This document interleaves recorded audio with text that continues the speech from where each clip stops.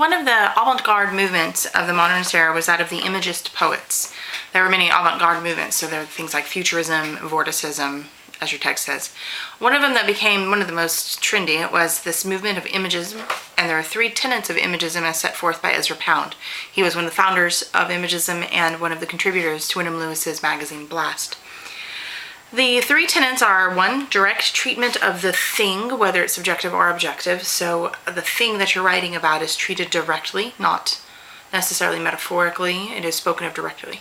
The second is to use absolutely no word that does not contribute to the presentation.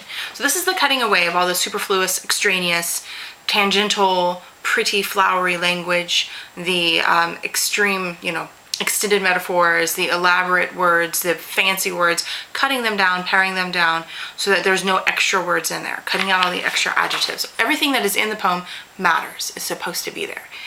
The third is as regarding rhythm, or the pacing, to compose in sequence of the musical phrase, not in sequence of the metronome.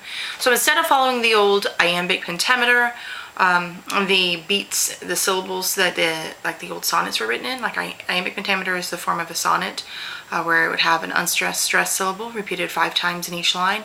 So instead of following those sorts of beat patterns, it instead follows what it would call musical phrasings. So sort of a natural flow of the English language and how it would flow in our natural speech musically. So there's still a rhythm and a cadence to it, like music has rhythms, but it's not the set, established, formulaic pattern of the older style of poetry. So breaking away from tradition, like many of the modernists. We're going to look at 2 poems real quick. One is called L'Art. These are both by Ezra Pound. L'Art, and the other is In a Station of the Metro. They're 2 lines each, and this is the handout that's posted in eCampus for you.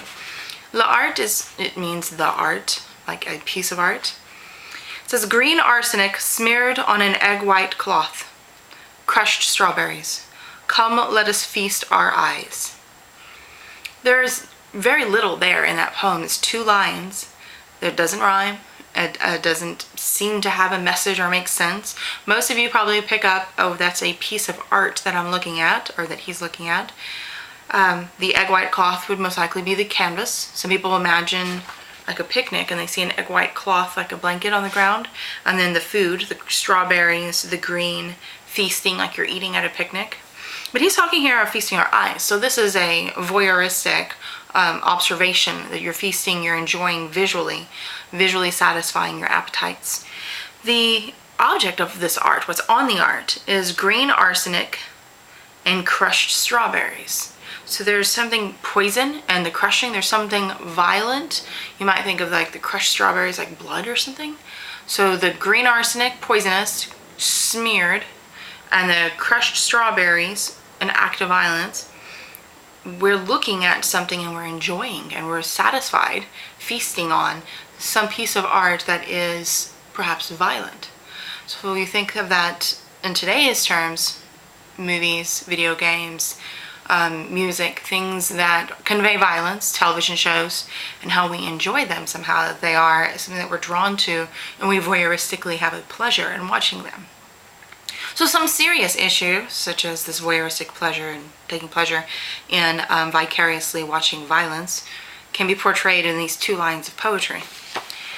In a Station of the Metro is probably one of his most famous of all of the Imagist poems.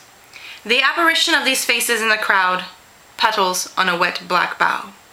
If he would have added just like the little words, the apparition of these faces in the crowd are like petals on a wet black bough, it would make so much more sense. But he doesn't. He sticks a semicolon there, which very distinctly makes that an abrupt break in ideas. The apparition is like a ghostly appearance of these faces in the crowd. Now look at the title, he's in a station of the metro, the subway system. There's all these people, and there's all these ghostly faces. So he's not seeing them as individuals, he's seeing them as this crowd with these blurred faces passing through. They are like, or they are likened unto, somehow, petals on a wet black bough.